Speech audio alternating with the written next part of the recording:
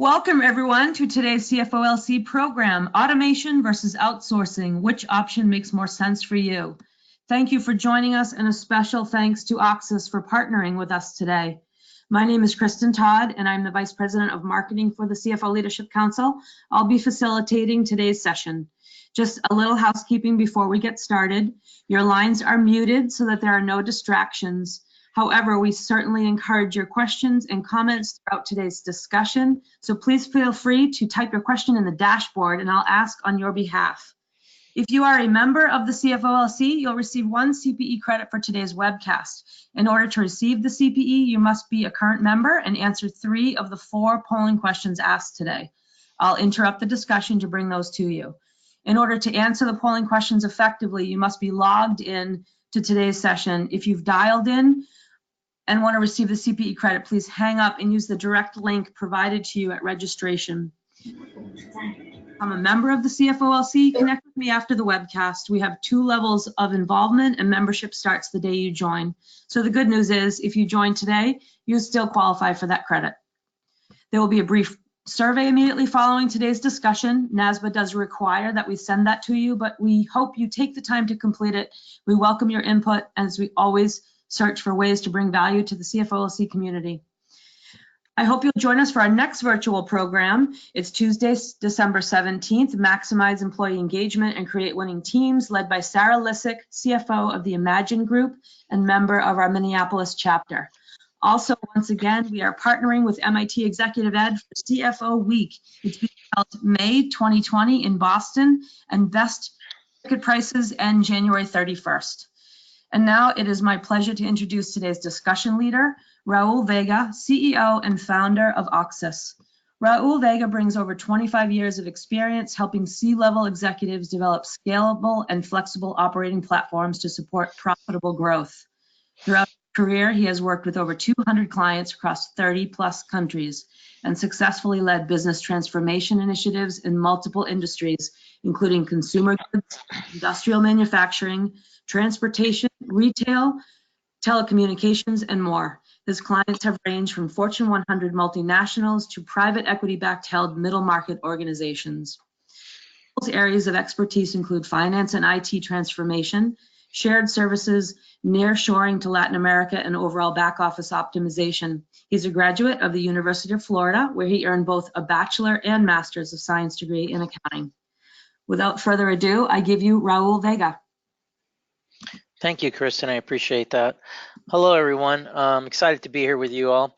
It's an interesting time in finance and operations, and the term digital finance is an interesting one. I often ask people what it even means, and I get various answers. I mean, this little cartoon here, I think, sums it up well, just with blockchain. So to me, all these buzzwords and all that are really a bunch of blah, blah, blah.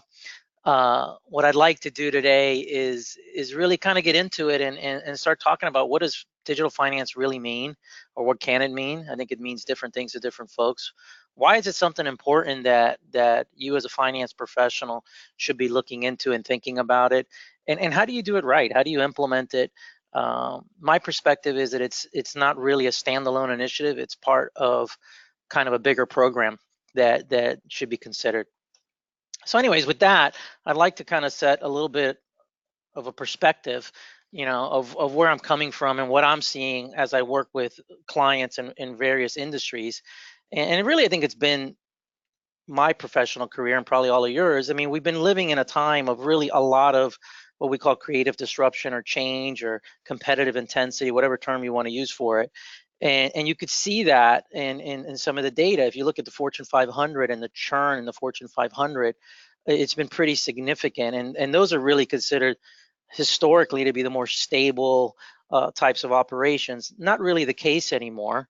And then there's some interesting studies that are done by several firms. But one that I really like is IBM does a study on C-suite and getting CEOs' perspective. And it's been really interesting how over the last several years, technology has really become at the forefront of what they're concerned about, and really non-traditional competitors coming into their industries and impacting them. So if you take, for example, the hotel industry, they never saw an Airbnb coming around, right? So that would be an example of someone who took technology and really attacked that industry and started transforming it. And really, that is now the perspective of CEOs, and in terms of how do I stay ahead of the game and how do I keep competing. And technology is a big part of it. And what's interesting though is, and frustrating from my perspective, is technology projects still suffer a very high fail rate. They don't succeed. I see mistakes being made today that were the same mistakes that were made 20 years ago. And it's because it's not easy to implement change. And digital finance is all about technology and process changes. And it's not that easy. And again, going to the IBM Global study, I think the other big change that most people have realized now is you really can't do it on your own, right? The environment today is much more about collaboration and building an ecosystem to really deal with the different changes, because to try and build capabilities in-house across all the various disciplines that you need to be successful is very difficult. So if you look at it from a finance perspective, I think the biggest thing to take away and think about it is, what is really the finance model? And what we see is the traditional corporate finance model is pretty much outdated and not well positioned to deliver on today's fast changing environment that requires a lot of technology and forward views. And what we mean by that is, if you take the typical finance organization, and we work across a ton of them day in, day out, what you really see is a really overwhelming focus on transaction processing. And whether it's AP, order to cash, record to report, reconciliations, that is consuming typically over 70%, sometimes as high as 80, 85% of the day-to-day focus and budgets of the finance organization, which really prevents a lot of time for more higher value activities.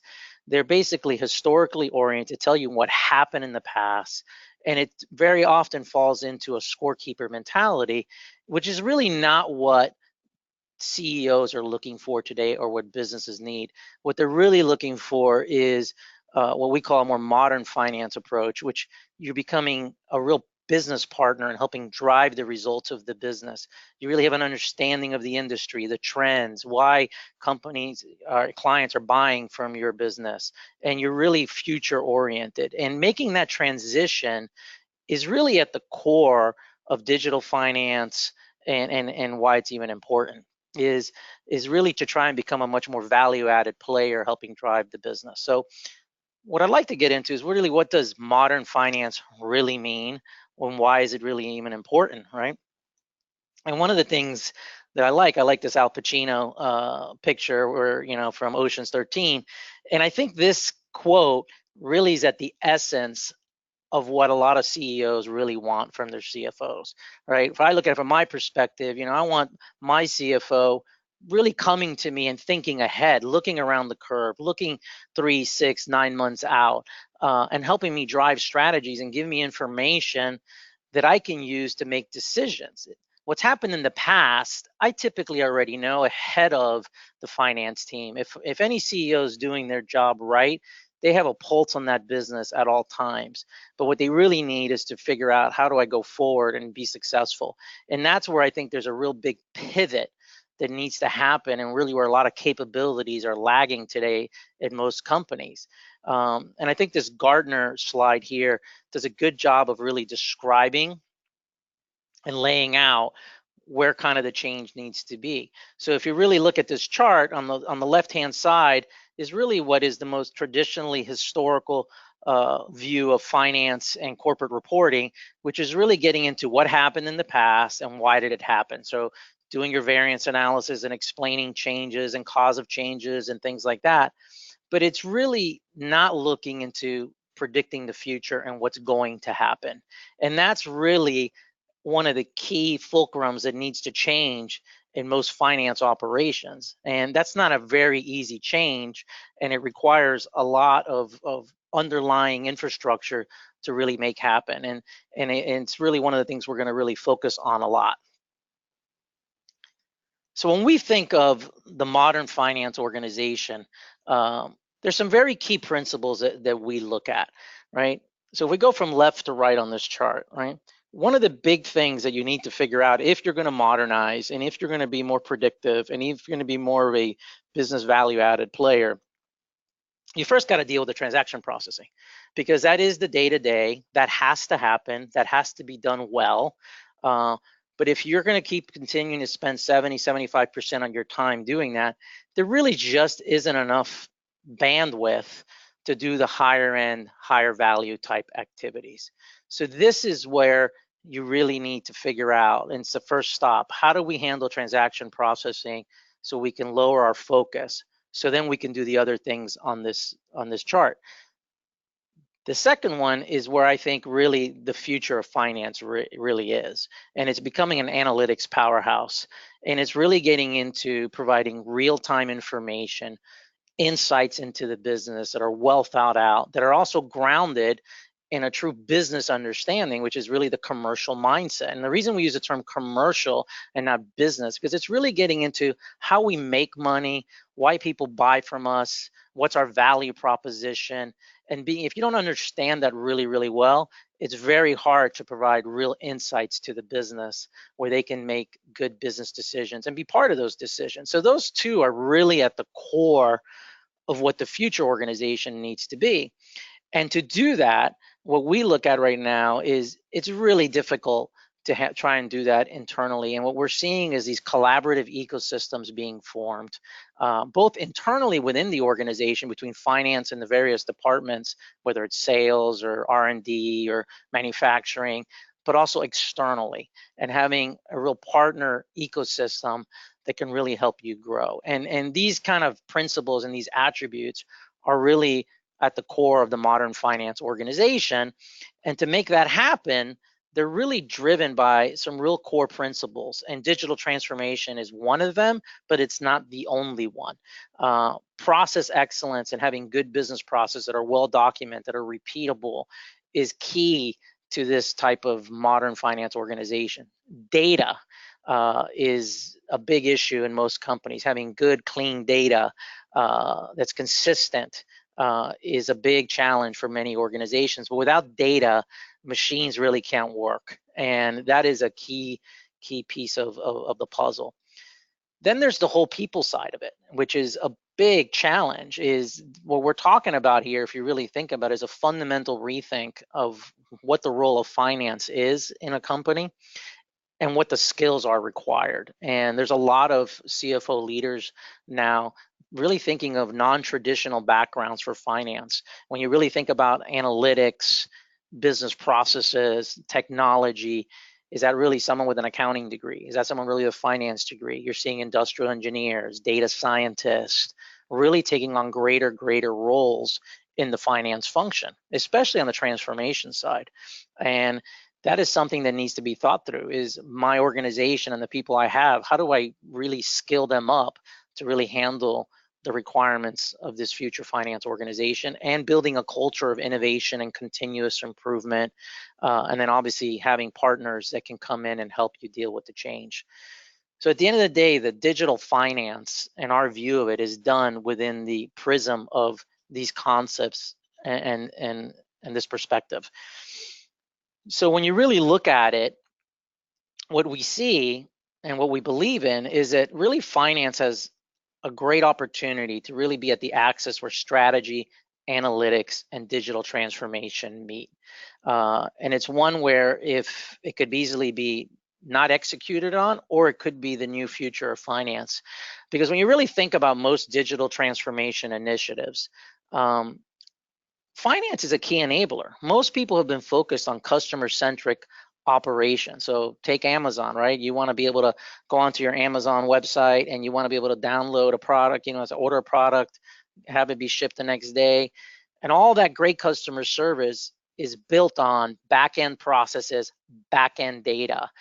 And finance professionals are in the middle of that and really are a key enabler, and I think uniquely positioned to help drive a lot of what is going to enable that, but only with a different mindset and a different approach. But if you think of all the things that are driving digital, the customer data, the pricing data, product data, that has to be well organized, structured, and you need really good processes to really go forward. And that's really where we see the view of finance and the finance function.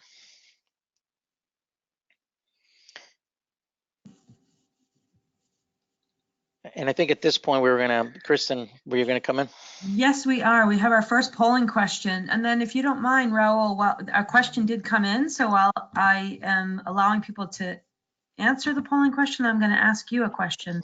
Okay. All right, so the first polling question, we're launching that. And hopefully you guys can see that on your screen. Is it a priority for your finance organization to reduce the amount of time spent in transactional processing? Definitely a priority for 2020. It's important, but not a priority for 2020, and not a priority at all. So we'll just give folks a couple more seconds. And if you don't mind, Raul, I'm gonna, where did that question go? Oh, here it is. What are the first steps of getting out of the transaction process shop? That comes from Matthew, and thanks, Matthew, for asking that. Hi, Matthew. Yeah, I'm going to actually get into that later in the presentation. And there's different perspectives on that. I think when you really are looking at it, and it's what we're going to get into, is automation is one answer that helps you get less time spent, but doesn't get you out of the business. And I think rethinking your operating model. So I think when you really look at the very beginning, it's taking a real rethink for your business of how do you define transaction processing and how you define your future vision. And then based on that, then the question becomes, how do you transform? And I think we'll answer some of those questions further on in this presentation. All right, thank you. I have the results of the poll. So we have 71% said definitely a priority for 2020, 24% but not a priority, and 4% not a priority at all. So thank you everyone for your answers, and I will get this back to you. Raul, slide deck's back on track. Okay, great, thank you. So that was interesting information. I'm not surprised, because I think this is an inherent issue that is being dealt with universally. So let's get into, getting out of it. One of the big things that everybody goes to is automation and digitization, however you want to use the term, right? And I think one of the big things to always remember, and I think it's a common failure that I see, and it's easy for it to happen, is that people get focused on technology and lose a little bit sight of really what it's about, which is to enable the transformation of business processes, which requires some upfront thinking and planning before we can start talking about technology, and that doesn't always happen. So I think that's the one thing that I do want to reemphasize. I'm going to emphasize consistently here. But if you really look at the financial footprint, right, it's pretty broad.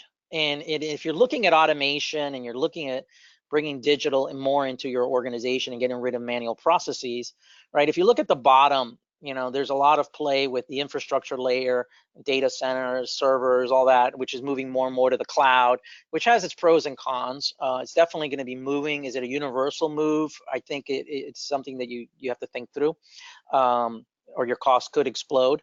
But on the other hand, it provides a lot of value as well. So, and then you got your ERP as your system of record, whatever that it has. A lot of companies don't have just one, they have multiple, which creates its own challenges. But then you start looking at the three main process areas of, say, a finance operation, keeping it pretty simple: the procurement and pay area, the order to cash, and the record to report. And depending on the organization, there's a lot of areas of improvement or opportunity, and where the priorities are may vary. And there's a lot of different point solutions that could fit in, right? Whether it's an expense management or all the different solutions you can have there. But on the left-hand side is some stuff that I think is really core and is also enablers across the whole finance organization. So if we take one of the real hot topics, right, which has been RPA, which is in this broader scheme of intelligent automation, and I think what's interesting about that area, which is, we do a lot of work in that area, and there's a lot of, I think, hype and buzz, and rightfully so in most cases, but there's also hype and buzz that doesn't really back up. Is RPA is just really one component, but what are the definitions? And we can have a bunch of different definitions between AI and machine learning and cognitive, and there's a lot of buzzwords going around there. But at the end of the day, it is real, and it does provide business benefit across all three areas that we laid out here: P2P, order to cash, and record to report.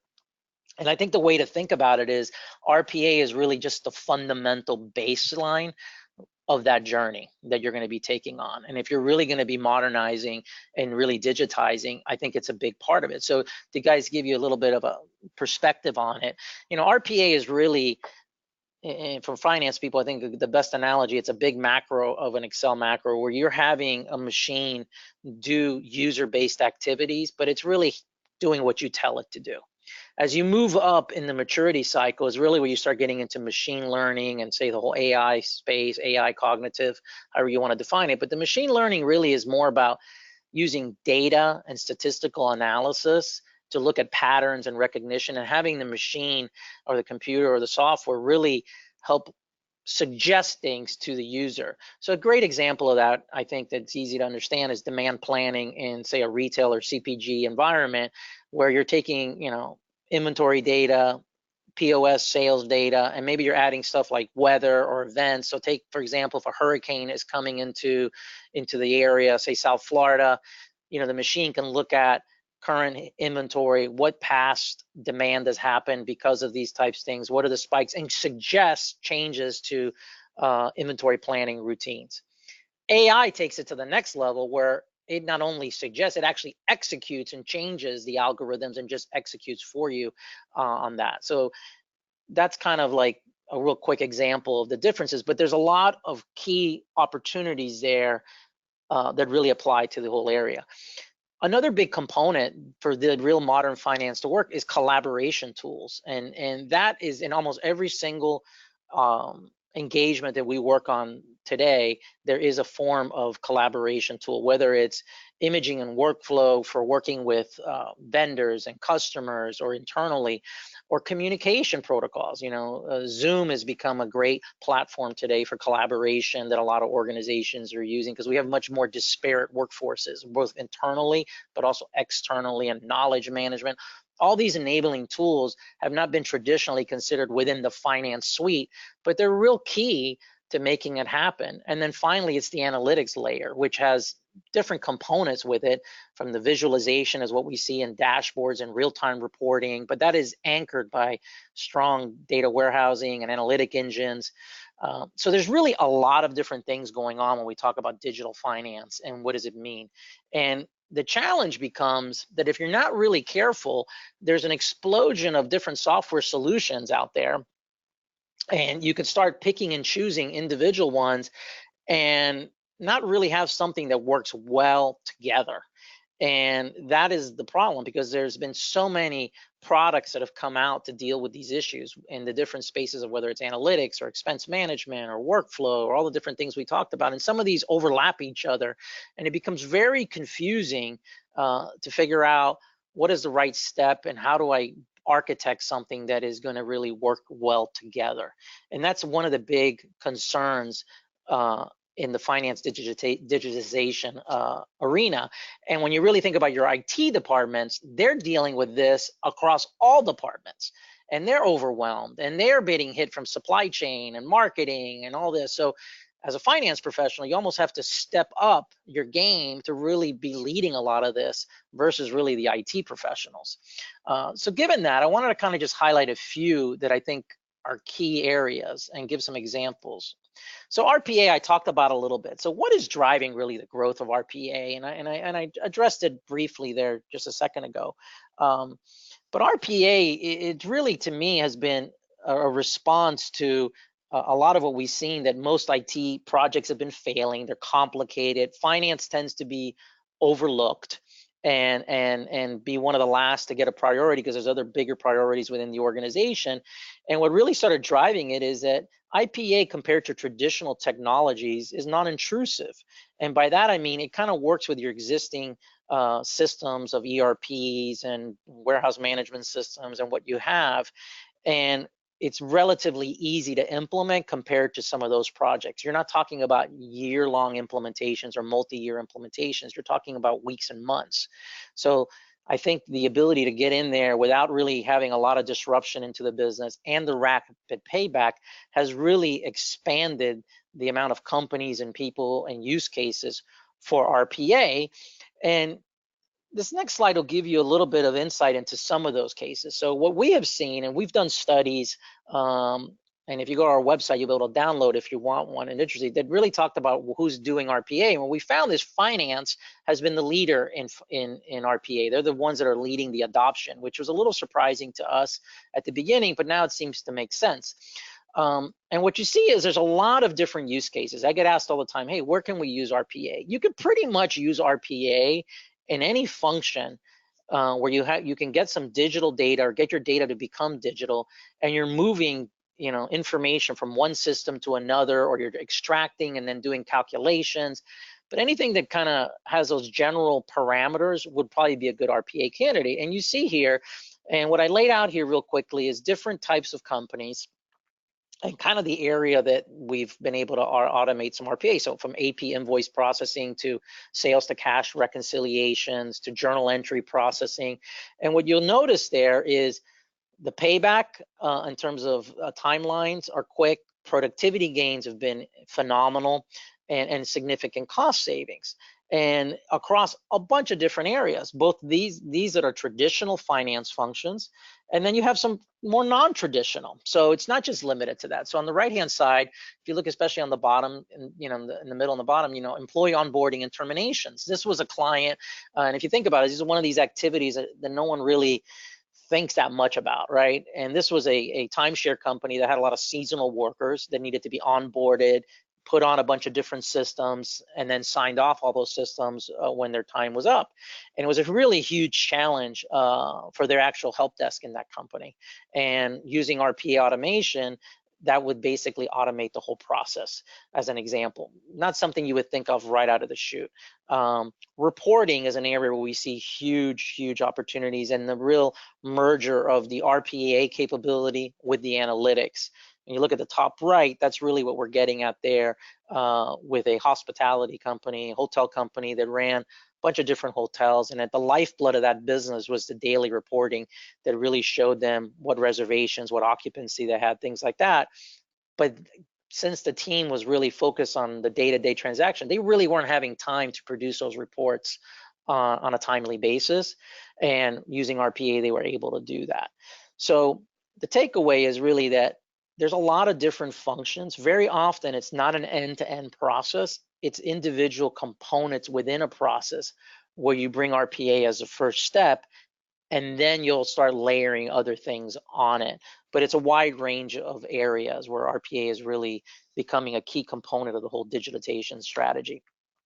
The other big one that I wanted to talk about and highlight is really the whole analytics and operational analytics. So what I'm showing you here, and it's an operational dashboard that we did for one of our clients that they were dealing, it's a CPG client, international, multinational business, about $3 to $4 billion in annual revenue. So at a complex environment. And they went through a big ERP conversion, which created a lot of issues for their business. And one of the issues it created was they had a lot of vendors calling in and demanding payment, and they had lost visibility and control over that. And it was a real big issue. And there was a lot of noise in the system from procurement, treasury about this. And the reality, what we found is there wasn't a cohesive set of data where everybody can tell where things were at. And if you look at this, the reason is if you look at the right-hand side, that was really their view of the accounts payable process, which in the past, they would have to call in the finance department or get a report to understand what was happening.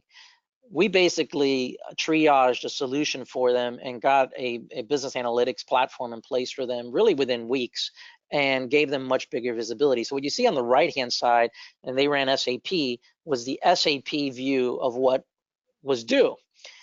But that wasn't the whole picture.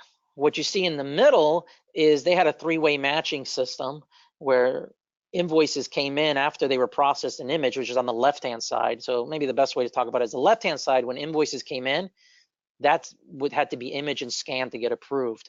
So in this case, nobody had visibility to that. This now provided, well, what vendors have invoices there and where are they? The second middle layer was the three-way matching process. And after that process was done, it went into the ERP system on the right. With this solution now, they were able to see, oh my gosh, I have literally 25% of what I have outstanding to vendors. I wasn't even aware I had from a treasury or procurement department perspective. And I don't know which vendors, and I don't know where it stands, so I can't answer them. With this solution now, they basically had online real-time access across various disparate systems and provided all that information. You can look at it on your phone, you can look at it on your iPad, whatever. And really is a great example of the power of BI to really push out information to the decision makers and how they were and what they needed to make these decisions, and not bog down finance with answering all these questions, because they were being completely inundated with these questions.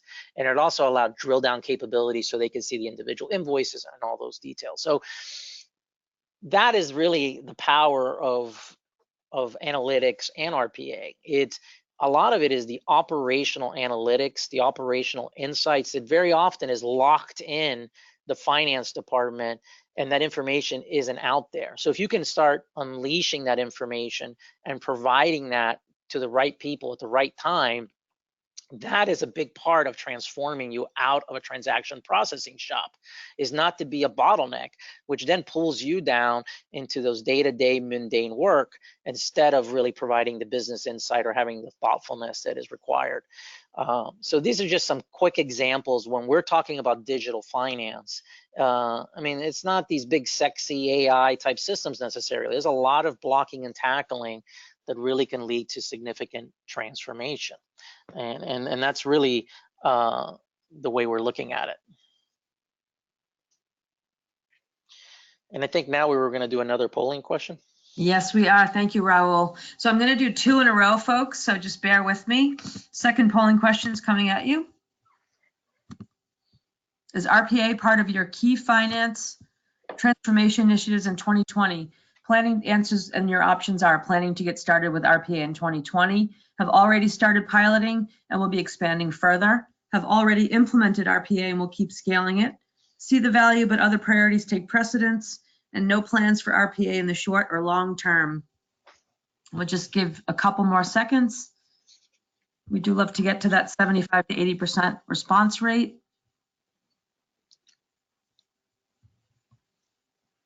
I'm going to go ahead and close and share. All right, thanks everybody. Planning to get started this in 2020, 22% answered. 7% answered have already started piloting. 24% have already implemented RPA and will keep scaling.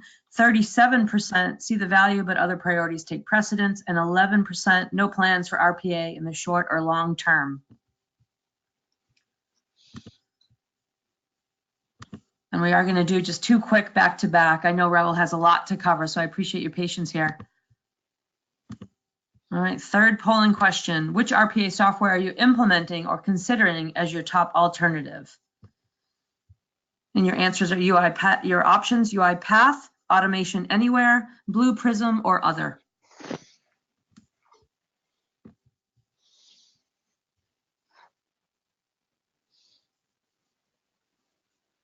Now, Raul, I do have 1 or 2 questions. If we had time at the end, I would love to squeeze them in, but Okay. We do run out of time. Maybe you and I could work a little bit together to answer those and send them back to the participants, just in case we do run out of time. Okay, sounds great. Okay. I want to go ahead and close that poll and share the results. Okay, your answers, let's see, 18% UiPath, 5% Automation Anywhere, 0 for Blue Prism, and other 77%. Thank you, everyone. Thank you, Kristen. That's interesting information, especially the second question. The 77%, it's really interesting. Normally when we're dealing with companies out there, we're seeing UiPath, Automation Anywhere, and Blue Prism as the kind of 3 leading solutions that most companies are going with. So that's insightful. But what's not surprising to me is that over 50% of the respondents are doing something or have doing something or planning to do something with RPA, and that's not surprising, because we're seeing more and more of those discussions happening and people getting started. And once they get started, typically they look to do more once they build momentum. So interesting. So with that, I want to kind of pivot here a little bit. So, I think we've talked a lot about, the perspective of digital finance, how it fits into the broader picture. Now the question becomes, how do you do it right? And what's interesting, and this data here on the top here is from a Gartner study where 85% of finance organizations are in the midst of a finance transformation, which I love the term finance transformation because um, I don't even know what transformation really means at the end of the day, but they're doing something, right? They're improving. They want to change their business model. But what's interesting is 70% of them are failing or considered to be failing, they're not meeting their original business expectations. They're going over budget, etc. And I think this cartoon kind of highlights it because a lot of times people kind of say, hey, let's do digital transformation. This is going to be great. And there's a lot of talk and there's a lot of buzzwords, but no one really knows what we mean by it. And I think that's one of the big challenges and one of the keys to success that I want to spend the rest of the time that we're on this call talking about. So kind of what are our lessons learned, why it's hard to be successful, right? It doesn't sound that complicated, but it is. One of the big ones, and one that I harp on a lot, is organizational alignment and having clear expectations. So when we talk about transformation or whatever the word is you want to use, business process reengineering, if you're an old schooler like me, it's really getting down to what is the goals? What can we really do? I get a lot of comments sometimes about prospects coming to me and say, look, I want touchless finance. I don't want anybody to touch anything. Well, is that a realistic environment, right? Is that a realistic expectation? And that is at the essence, I think, of why technology projects in general fail and why any transformation project fails, is not really having the right expectations and being aligned on them. Another big one, and I think this is becoming a bigger and bigger issue when you look at really the unemployment rate overall, and you look at it within finance, which has even a bigger issue in unemployment. But it's not just a matter of available resources, it's the right skill set. And we've been going through this really tough period where the skills and knowledge and capabilities that you need to do your job right within the finance function are changing, and are changing pretty dramatically. And if you're looking at changing the way you operate and doing new things, it becomes even a bigger issue. So I think that's something that a lot of organizations don't necessarily take a good hard look at and assume, do I really have the talent in-house and the capability, and are they available to really tackle these changes? And I think that's a big part of why these projects struggle. And then even if you're able to kind of align on the expectation, get the right people, where the rubber really meets the road is in getting the organization, which means the operational folks, to really do the work and to embrace the technology and embrace it. RPA is a great example. When you first talk about RPA, you can have a lot of people who are very afraid that this is going to eliminate their job, and in some cases it does, or they don't know how to work with the technology or do new things and change the way that they're working, and they don't necessarily want to change. And that's really where the rubber meets the road, is getting people to really focus on behavioral change. And that's not about the technology, and that's not about the processes. And that's truly the number one issue in my mind, and the most difficult part of these transformations. And then the last piece, and this is where there's a challenge, right? That people tend to underestimate the complexity. And how do you get funding for it, and what is the ROI? And typically where the ROI has struggled for a lot of organizations is because they haven't gotten the true organizational adoption, which means people haven't changed their behavior and they haven't gotten the business benefit they were expecting to fund the initiatives. And that's really key, right? So if you don't show wins and you don't show an ROI, it's very hard to get the executive team to fund more. And these are kind of like the big four in our view of why these projects struggle and why they're challenged. And what I'd like to do now is kind of give you some insights on how I think you can avoid that, and the ways to go forward successfully. So one of the biggest ones, and that I've learned throughout the last 20 plus years of doing these types of initiatives, is beginning with the end in mind, which is the old Stephen Covey 7 Habits of Effective People approach. But it's so true. Before you get started talking about technology and all the different things, is you really got to really be realistic about what you're really trying to accomplish? What is the change you're seeking? And there's different levels of change that require different levels of change management and support. On the bottom left is kind of a very simple process improvement approach. Basically, it's, you're just improving the current work, you're doing a little bit better, but it's still the same work, pretty much the same process. The next level up, if you want to call it operational transformation, it's still the same work. I'm asking, my controller to do the same type of stuff, but I want him to do it differently. I want to incorporate some RPA or maybe, this little automation, but it's basically the same work. The third level, and the harder and the more challenging one, and the one I'm talking about here with modernization, is really performing different work. It's really getting out of processing AP transactions and reconciliations and all that, and focusing more on business insights and analytics and predictive capabilities that weren't necessarily being done before. That's a whole other level of change that requires a really different approach and a different type of program. So depending on what you're doing drives how you structure yourself. And that is key, is to really have a clear insight into what is the level of change you're really seeking to accomplish. And tied in with that is, what are the real business value drivers you're seeking? And I think there's a lot of different ones. There's multiple of them in most initiatives, right? And I've laid out some examples here of common ones. Hey, we want to get real-time data out to our decision makers, and that's our real focus. Or, I'm having issues with the quality of the work or controls, and I really need to fix that. Or I need to reduce costs. I have a mandate that I got to reduce my finance costs by 20, 30, 40%. One version of the truth is a big one, right? Very often, one of the big challenges in organizations is when data is shared, it's not necessarily trusted. And you get the question, well, where's that data coming from? How did you compile it? So there's a lot of different things that you could be looking at, and having clarity and thought and why is really, really important, along with knowing the type of change you're going to be requiring and being very realistic about that. And those are two very key principles. And what we advocate when we're looking at the roadmap is, and this has been used consistently with great success, and it takes some discipline to take this approach, because very people want to move to the implementation real quick and don't want to answer these types of questions that I've kind of just laid out. But the first thing is to really start what we call this visioning stage, which really is, what is the end goal? And the reason this is important, the whole focus here is executive alignment. You're going to get to this no matter what. You're going to have issues with people questioning the change, but it's a lot easier to get to it if you can anchor back to a clear vision that's been agreed to, that has a sound business case, where the business value is really laid out, and people understand why you're looking to make the change. And that's really the first step, and that's the foundation for any successful transformation program.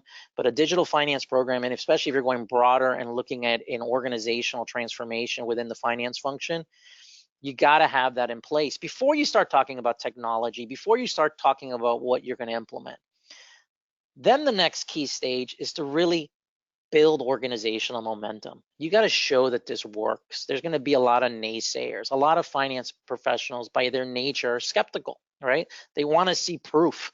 They're analytical, and that goes across the organization in terms of general change. People do not like change, and what you really need to show is that it works, that it has, good business value, and it's not just a bunch of hype. So really picking and choosing and where you prove your business case and getting wins and showing value is really, really critical. So once you have that vision, picking the right process to start and build the case and prove it and get people to really understand what it is and start seeing the opportunity. Once they start getting their hands on this technology and what it can do, then they're going to start getting really creative of how it can be applied, and really you start unleashing these creative forces. Then the final stage is really then, how do I operationalize, scale, and monetize this, right? And that's where you get into the bigger discussion of, all right, is this going to be, a global business service? And for most organizations, that's not even a realistic concept. But how are we going to maintain it? How are we going to do continuous improvement? How are we going to change jobs? And how do we scale this across all our business processes? But what happens very often is a lot of times folks are talking about this third stage and third stage issues before they've even done a proof of concept and before they have a clear vision of what they want to do.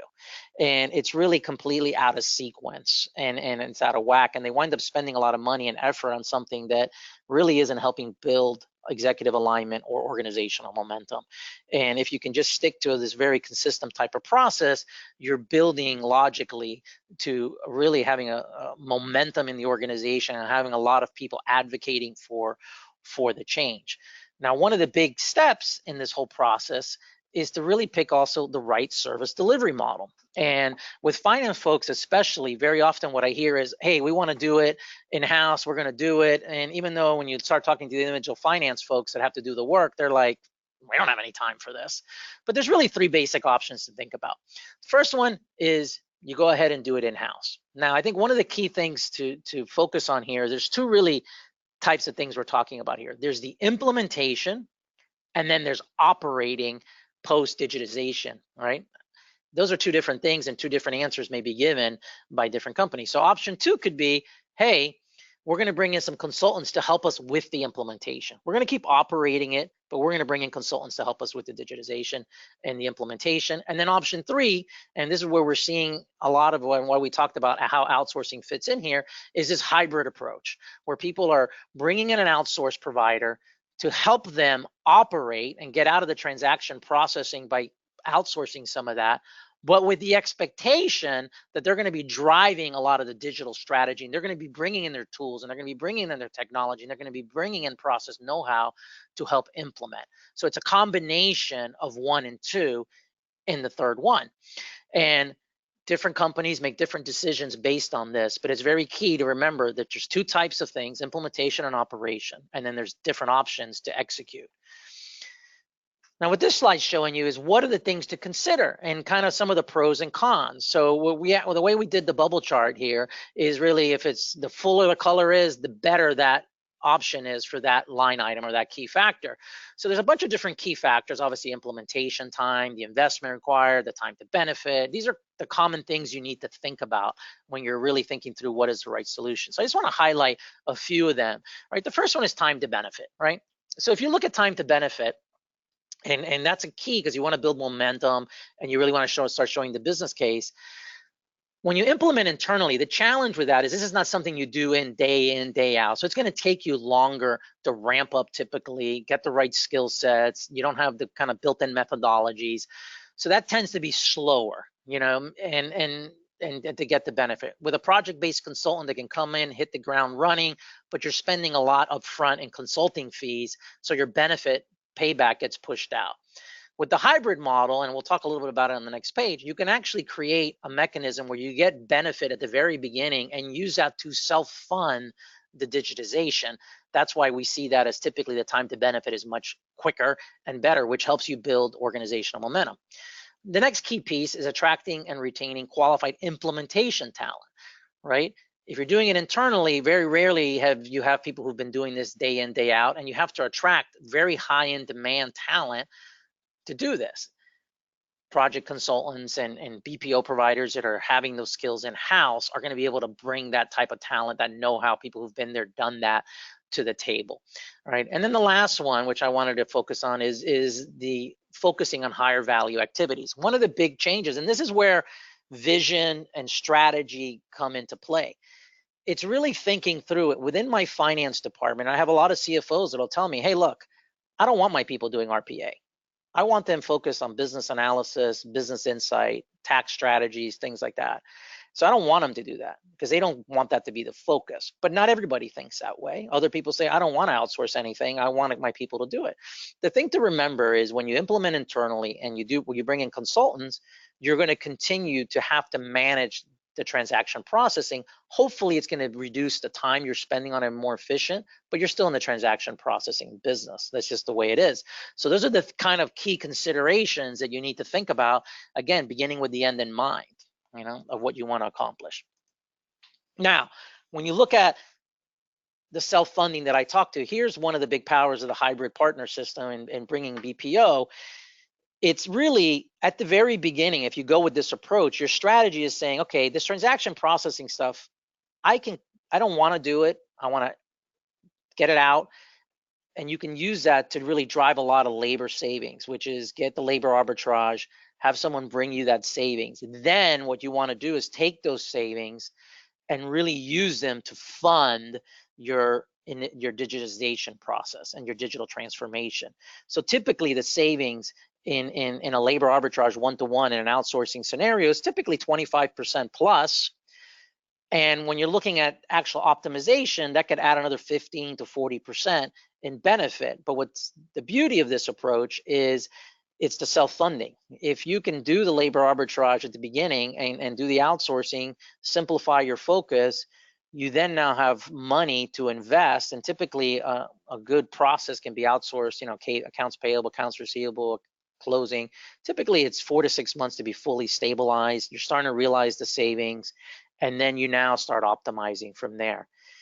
This is really where the economics can be handled. But again, it ties into, if that's your strategy and what your focus is, this is a really good way to really build a winning business case and start building organizational momentum. And I'd like to give you an example of that. We have a client that's a global media company, very well known, that was really dealing with the pressure of business going from print to digital, and what it was, the impact it was having on its margins, and that was impacting their finance department, which needed to get much more efficient and lower costs.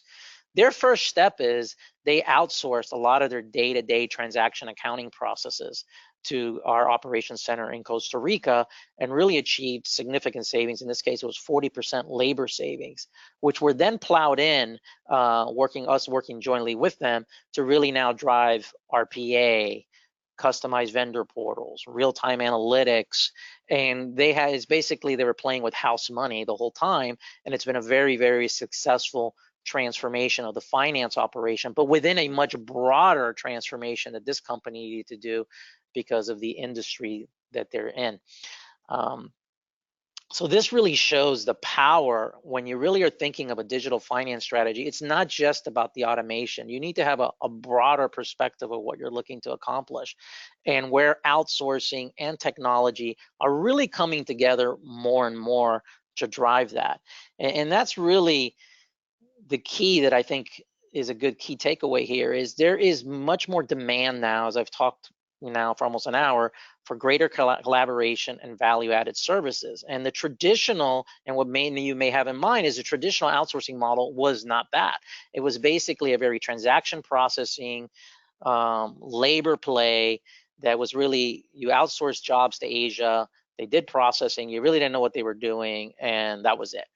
That's not really the model anymore. The model today is now about bringing better business processes, better technology, having your BPO partner bring that to the table and that know-how, while also helping reduce costs. And that's really what's created this big push and this big wave, really, of moving a lot of operations from Asia-based, which have obviously significant time zone issues, to Latin America and what we call nearshore, because it's much easier to work. It's almost like being in the US, it's the same time zone and things like that. And as part of that, what we have seen is, and maybe you guys are aware or not aware, but I'll talk about it real quick, is Costa Rica, which is a surprise to a lot of people, has really become the #1 nearshore destination as a result of that. And all these multinationals you see here are doing some form of back office processing, almost all of them in finance and in IT as well, in Costa Rica, because of these types of things. So they've moved to a more collaborative or shared services model in a nearshore environment, driving innovation. And Costa Rica has really been the leader in that space. And it's how really outsourcing and digital finance have come together. So with that, I think we had our final polling question.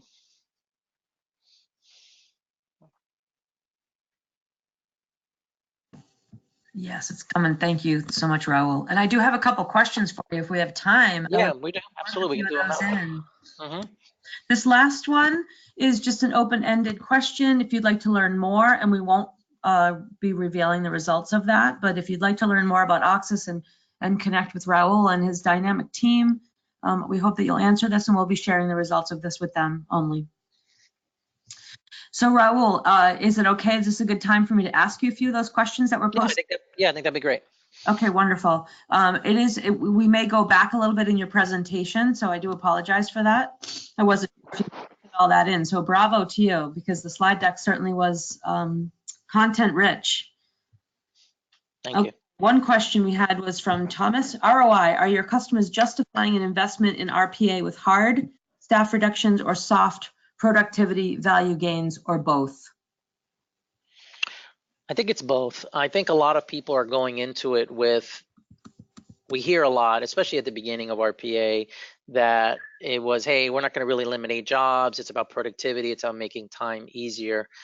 But eventually the rubber meets the road and you really have to have a business case. So if you have a company that's growing quite a bit, then that's an easier business case. And I think those have been some of the earlier adopters. But then there's others where I think the other business case has been where it hasn't been headcount reduction, but it's definitely been quality of improvement, and companies are having a lot of challenges in those areas where RPA has, other values that you can quantify. Typically the proof of concept can be a little softer, but it definitely is harder if you're going to get the investments. All right, thank you. Our next question, do you have experience working with nonprofits and justifying the expense of a new system to donors?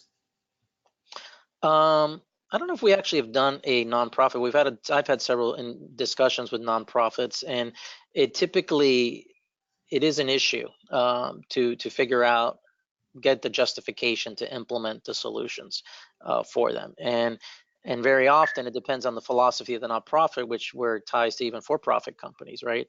Is how the challenge they have is, how do I invest? And the problem with digital, if you do it standalone, is you have an upfront investment in technology and implementation costs that is hard to justify then to the donors without the future business case. And typically not-for-profits aren't big into headcount reductions and optimization or is readily available to those types of discussions. So it becomes hard to build a business case and get the funding. Now, if they combine it and they're open with this hybrid type approach, then that could be a case. I've had a lot of discussions around that, but typically we haven't been able to move the needle on those types of opportunities.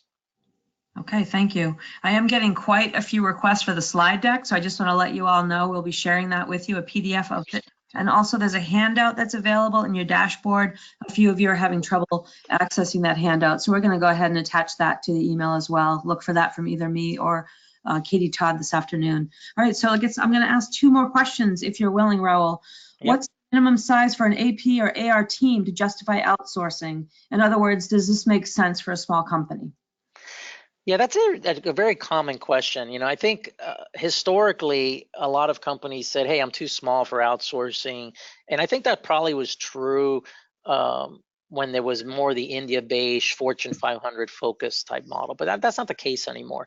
I mean, when we look at a deal in terms of outsourcing, I think it depends on your department size, because there's two aspects to it. One, is it worth it to your provider, or is it worth it to you to go through the change, right?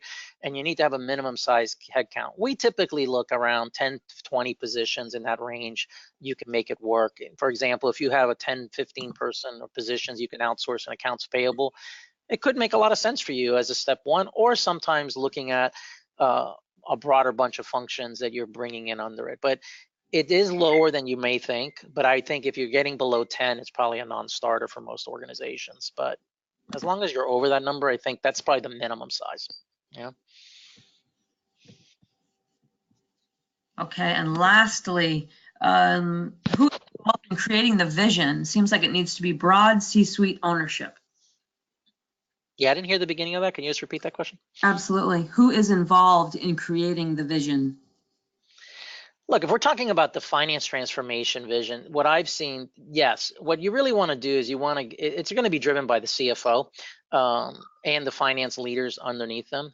And you then need to get, the real hard part is getting finance to align on what they view it. And then selling it to the business, the CEO and others, typically is an easy sell because they want to see more value out of finance. In my experience, they're involved, but they really just want to know what you're going to do. The harder sell is for the CFO to get his own organization aligned as to what the vision, because this is a lot of finance folks like transaction processing, and it's when you start challenging that, they feel threatened. And that's really where the big alignment and vision is. Getting the business aligned, they're all over it. They want to see more value, but it's definitely a CFO-led type initiative. Okay, well, we are rounding the hour, and I know you have some great slides on the takeaways. If you wanted to share those, Raul. Yeah, so I really enjoyed it. Kristen, thanks for everything. Just real quick, on the takeaways to take from today. I think the first one, and I think it's pretty simple. In my mind, doing nothing is not really an option.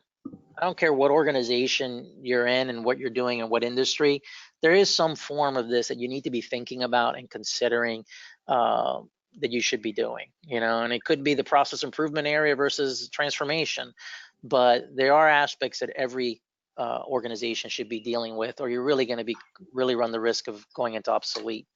So real quick, what did we talk about today? I think finance departments really have a huge opportunity to really become a much more value-added player, but it requires a fundamental rethink of the operating model and what finance has traditionally brought to the table. The big roadblock to that is transaction processing. It's one of these things where it has to be done well, but you got to figure out a way to do it more efficiently and more effectively so you can have the time to focus on really what's going to drive the business and business success.